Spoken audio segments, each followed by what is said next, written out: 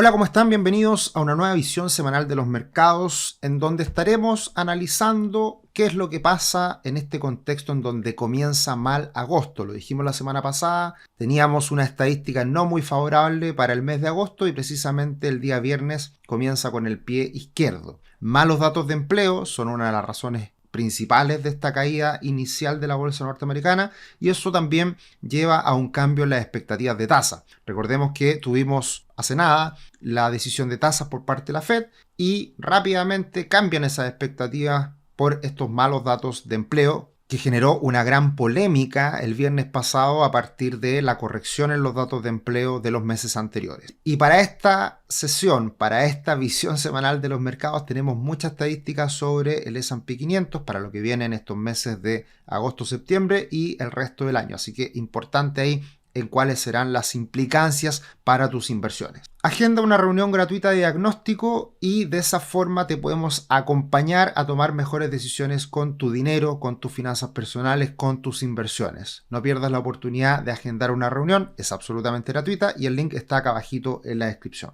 Y de esta forma comencemos. ¿Qué es lo que pasó en el mundo la semana que dejamos atrás? Tuvimos caídas en el S&P 500 de un 2,5%, el Nasdaq muy parecido, cae un 2,4%, el IPSA también se modera, pero solamente un 0,7%, aumenta de manera considerable la volatilidad. El índice VIX del miedo sube un 11,3%. El Bitcoin también cae en línea con la caída de los índices norteamericanos. En este caso el Bitcoin cae un 3,1%. El dólar index sube un 1,1%. También el dólar en Chile sube un 0,6%. El petróleo WTI sube un 3,2% y el oro un 0,7%. Y un gran cambio, un gran movimiento esta última semana fue el desplome del cobre, en donde fue todo una ficción. Fue todo, como ya sabemos, un gran discurso, un gran anuncio de Donald Trump de aumentar aranceles, después quitarlo y por lo tanto generar un tremendo impacto en otro mercado, en este caso en el cobre. Y por esa razón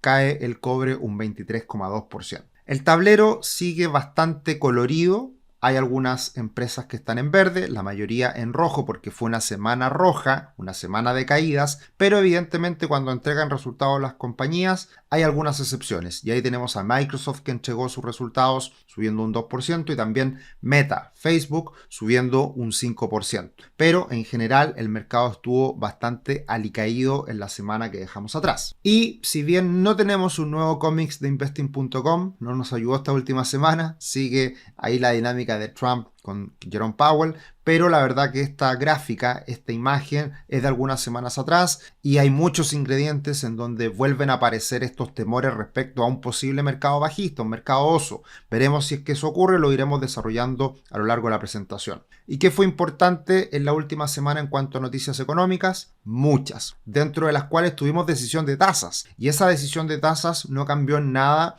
la visión a futuro de Jerome Powell y sus amigos, de Jerome Powell y toda la Reserva Federal, en donde ven todavía presiones inflacionarias a partir de este aumento en los aranceles. Y por lo tanto no hubo cambios en esa lógica de la Fed, pero sí tuvimos muchos cambios en las cifras económicas. Y lo que destaca es precisamente el dato de empleo que conocimos el viernes, una creación de empleo por debajo de lo esperado, 73.000 empleos versus los 106.000 empleos que se esperaban, pero lo más importante fue la corrección a la baja de los meses anteriores, que está siendo ya algo que se repite. Ya no es la excepción, es la norma. Mes tras mes salen buenos datos de empleo y posteriormente se corrigen a la baja. Ya veremos el impacto, que es enorme. Y también tuvimos el ICM manufacturero, que sigue estando bajo 50, pero la verdad que sale en 48, que es bastante menor a las expectativas de 49,5. Y lo que hablábamos recién es precisamente esto, que es llamativo y generó mucha polémica el viernes pasado, obviamente con Donald Trump de por medio,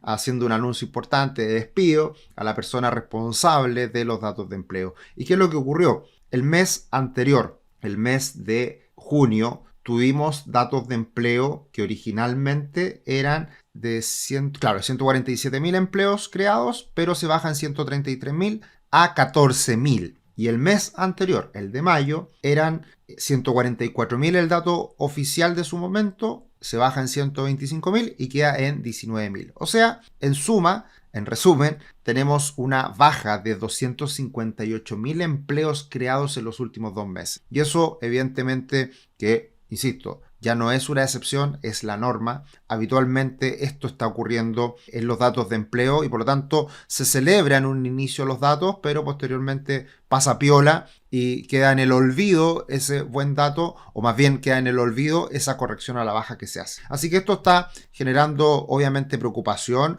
porque también otros datos, y acá traigo a colación un gráfico de BCA Research que sigue siendo bastante pesimista respecto al futuro de la economía norteamericana. Ellos hace rato que están diciendo que podría venir una recesión y esto lo confirma. Tenemos datos acá precisamente del Consumer Confidence que habla de que hay un aumento en la tasa de desempleo y cuando eso ocurre suele ser un buen predictor de posibles recesiones. Así que eso también está ocurriendo por el lado del dato oficial, pero obviamente que ahí hay bastante confusión y no hay tanta claridad respecto a cómo estén saliendo estos datos. Así que eso está claramente en la mira de todos los inversores en este momento y eso generó repercusiones, por supuesto, en los mercados. Ahora, una de las noticias positivas de la semana fue los resultados corporativos de Microsoft y Meta, y en el caso de Microsoft alcanza los 4 trillions. Llega nuevamente al podio, al igual que Nvidia, dos empresas que están sobre los 4 trillion de valor de mercado. Y esto es algo bastante sorprendente en el sentido de que en los últimos años solamente 2 empresas son las que poseen un gran porcentaje del peso en el Standard & Poor's 500. En este caso, récord histórico, casi un 15% suman Nvidia y Microsoft como empresas que ponderan prácticamente un 15% del total del mercado. Y esto en ocasiones anteriores nunca había ocurrido. De hecho, en la década del 2000, estas dos principales empresas andaban bajo el 10%, 9%, 9,1% el 2000, y en ese momento era Microsoft y General Electric, y después ExxonMobil junto a Walmart representaban el 7,7% ahí previo a la gran recesión que se vivió el 2008-2009. Así que esto es llamativo porque evidentemente ya lo sabemos, las empresas tecnológicas hoy día pesan mucho en la bolsa norteamericana, en el Standard & Poor's 500, y 2 empresas solamente representan un 15%, lo que hace muy relevante lo que pase con estas 2 empresas para el comportamiento del conjunto del mercado. Y otra cosa que se conoció el fin de semana es que anuncia sus resultados Berkshire Hathaway y nuevamente tenemos en este caso un gran porcentaje de plata en caja, que ha sido la tónica del último tiempo en donde Warren Buffett, Berkshire Hathaway, está con mucha caja esperando que los precios se moderen, esperando alguna corrección más significativa para entrar a comprar nuevamente. Y eso históricamente ha sido una señal interesante a tener en cuenta porque por valorizaciones, por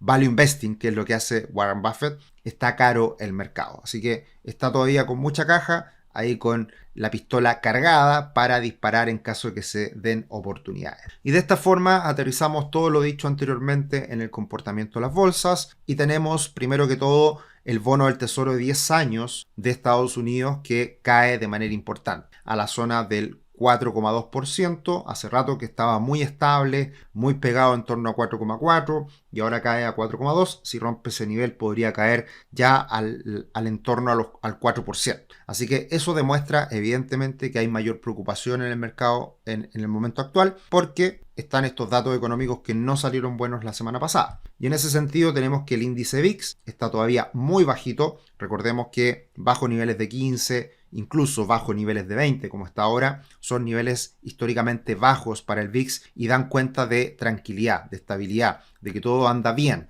Pero evidentemente si es que empieza a subir el índice VIX, da cuenta de temor, de miedo, y eso ha sido uno de los factores principales a tener en cuenta cuando hay correcciones relevantes para la bolsa norteamericana. Veremos precisamente un gráfico más adelante respecto a esto. Y por el lado de la bolsa norteamericana, el S&P 500, comenzamos la semana ya con una corrección clara, que eso se desencadena precisamente hacia el finalizar la semana pasada, pero todavía no hay que ponerse nerviosos, todavía no pasa nada porque lo que fue techo anteriormente, 6.150 puntos, ahora debería ser soporte. La clave está en que si se rompen esos niveles de 6.150 aproximadamente, puede desencadenarse una corrección más importante. Y eso es lo que hay que estar monitoreando en el corto plazo. Creo que esto es, desde el punto de vista de los precios, del análisis técnico, es un factor clave a mirar en los próximos días. Y cuando la bolsa norteamericana cae, todos los mercados caen, así que también tenemos a los mercados emergentes que están corrigiendo desde llegar a los 50 puntos hasta los 48 actuales. Así que va muy de la mano siempre el desempeño de los mercados a nivel global respecto al comportamiento de la bolsa norteamericana. Y respecto a las expectativas de tasas, la verdad que cambió harto el panorama el viernes pasado, porque recuerden que teníamos una probabilidad de baja de tasas de aproximadamente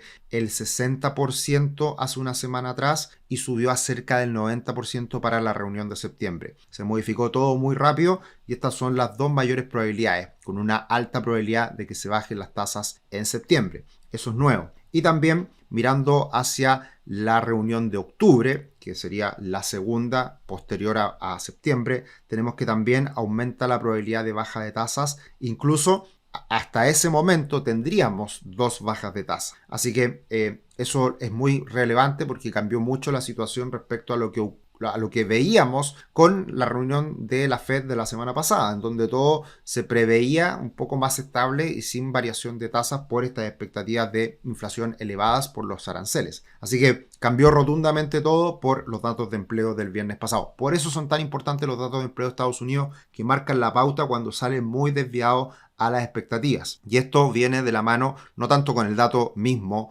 del último mes de julio, sino que con la revisión de los meses de junio y mayo. Tenemos webinar gratuito, Libertad Financiera, Meta Real o Ilusión Vendida. Gran título para conversar Francisco Ackerman con nuestro Chris Domínguez. Así que atentos a este webinar, se pueden inscribir para el próximo miércoles 13 de agosto a las 5 de la tarde. El link está acá abajito en la descripción, así que súmense a este nuevo webinar. Y de esta forma aterrizamos en Chile y lo que hemos hecho en las últimas semanas es analizar los cambios en la encuesta CADEM. Y hay nuevamente cambios interesantes. Vuelve Janet Jara a liderar esta encuesta. Está en 31 puntos.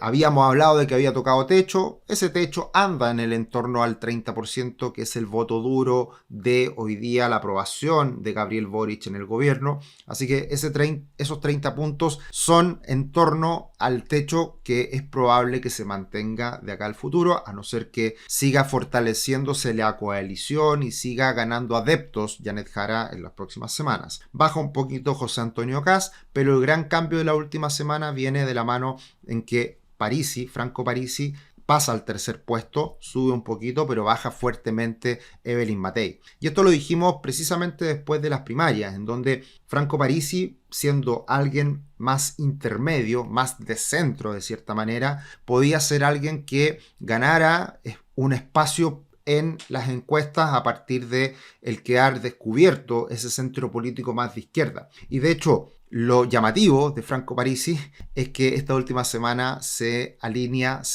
une a Pamela Giles. Y esto yo creo que habla mucho de cómo es esta candidatura, que en definitiva, como todo en realidad, todo el espectro político va por los votos, va por caras visibles, va por... En fin, no vale la pena hablar mucho más de esto, pero ya sabemos lo que ocurrió con Pamela Giles, con los retiros y todo lo que ocurrió en ese entorno y todo lo que ha pasado en el último tiempo. Así que lo difícil de leer de la candidatura de Franco Parisi es que no se sabe si de izquierda o derecha. Y por lo tanto, esos votos, que hoy día son en torno a un 12% o 12 puntos, sí, 12% de las respuestas de la encuesta CADEM, podríamos decir que son mitad y mitad, un poco de izquierda, un poco de derecha, pensando en una segunda vuelta. Y por otro lado, la última semana tuvimos varias noticias económicas. Por un lado, hubo baja de tasas de 25 puntos y eso impactó evidentemente en el alza del dólar de los últimos días. Así que importante esta baja de tasas, pero lo más importante siempre es la última frase del comunicado. Y acá lo que dice el Banco Central es que de concretarse el escenario central del IPOM de junio,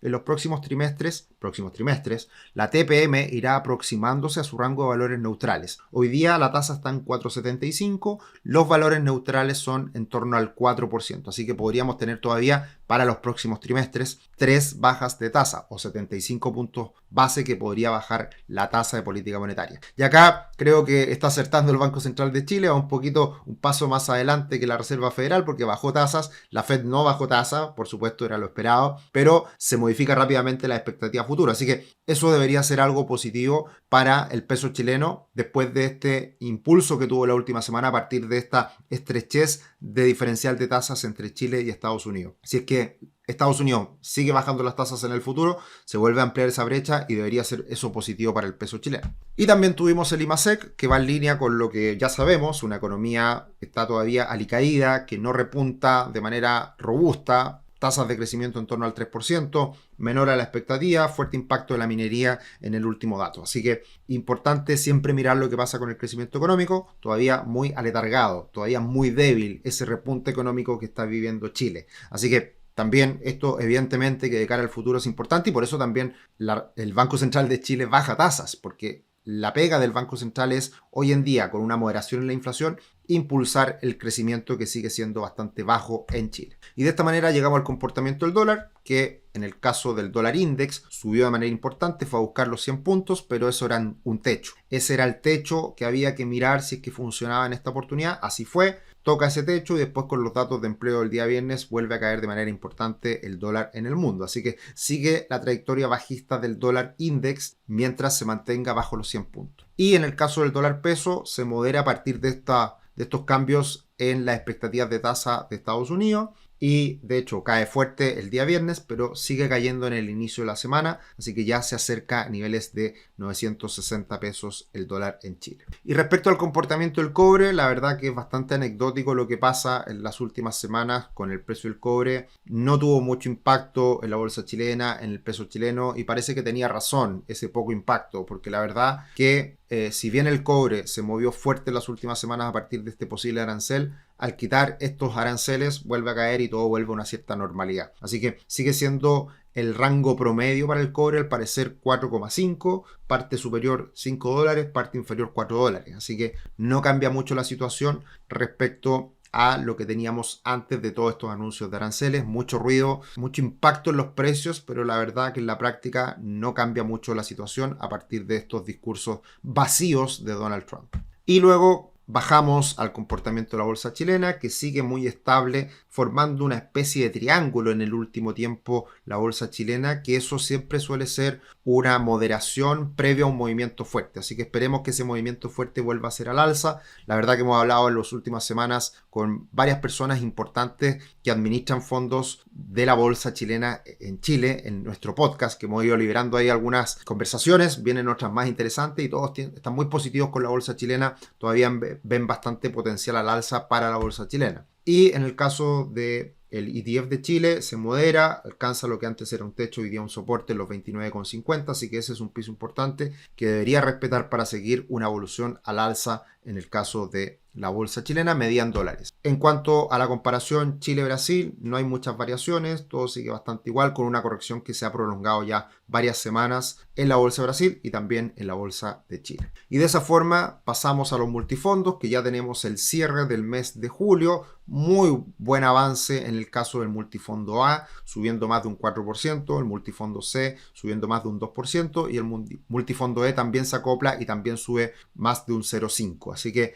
un muy buen mes de julio y en el año todo muy positivo, especialmente el multifondo A que sube más de un 11% y el multifondo C que sube más de un 9%. Ahora, ¿qué podemos esperar? Mucha estadística, mucho dato importante que vamos a analizar. Primero, datos importantes esta semana en Estados Unidos, ICM de servicio el día martes. Mañana tenemos ese gran dato que siempre es importante para ver la evolución de la economía norteamericana. No muchos datos más, eso es la clave esta semana en Estados Unidos. Y en Chile, la inflación. El día viernes tenemos inflación que debería ser bastante más alta que la caída del mes anterior. Así que estaremos atentos también al día viernes con la inflación en Chile. Y por supuesto sigue la temporada de resultados, ya entregaron las magníficas 7 de Estados Unidos, pero siguen existiendo empresas importantes a mirar sus resultados como Palantir, que ha estado muy de moda en el último tiempo, grandes avances, AMD, otra empresa de semiconductores, Pfizer, entre otras. Y lo que hablábamos la semana pasada es que el mes de agosto no era muy favorable post elecciones y por lo tanto en este caso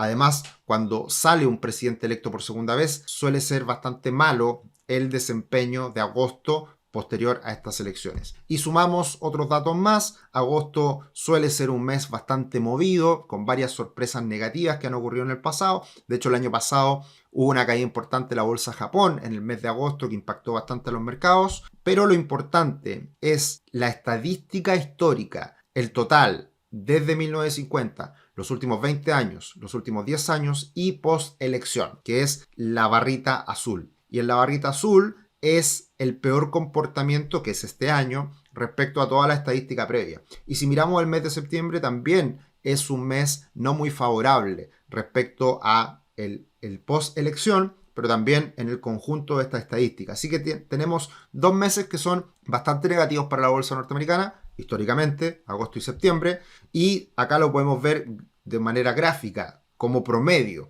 que es la línea azul. Y también ahí podemos ver que podría darse esta corrección que ya inició el día lunes pasado y que podría prolongarse durante agosto, septiembre, incluso los primeros días de octubre. Y también tenemos otra cifra no menor, que es que cuando el índice VIX está muy bajito, también suele ser la previa a un repunte natural que suele ocurrir, y más aún en el contexto actual. Ahora, todas estas turbulencias de corto plazo son solamente eso, turbulencias de corto plazo. Porque cuando hemos tenido buenos retornos en mayo, buenos retornos en junio, buenos retornos en julio, en agosto suele ser un poquito mejor, pero lo importante es lo que viene en el resto del año y en los próximos 12 meses, que ahí tenemos resultados mucho mejores. En el resto del año, un avance en la mediana de un 8% y fracción, y en los próximos 12 meses un avance de cerca del 14%. Así que, en resumen, vamos a tener, o estamos teniendo, o podremos tener turbulencias en el corto plazo, pero pensando en el mediano plazo podríamos tener un repunte y un buen desempeño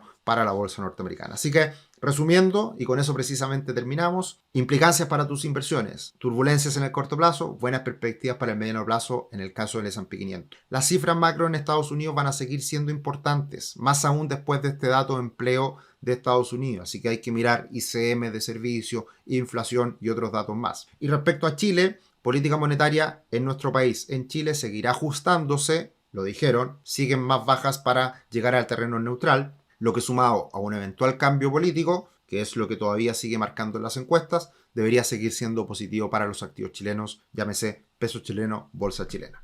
Así que eso sería en cuanto a la visión semanal de los mercados. Agenda una reunión de diagnóstico gratuita, el link está acá abajo en la descripción, y un asesor te puede acompañar en tus decisiones financieras, en tu relación con el dinero y en tus inversiones. Siempre es mejor estar acompañado, y para eso está Patrimon. Nos vemos en otro video, que estén bien. Chao, chao.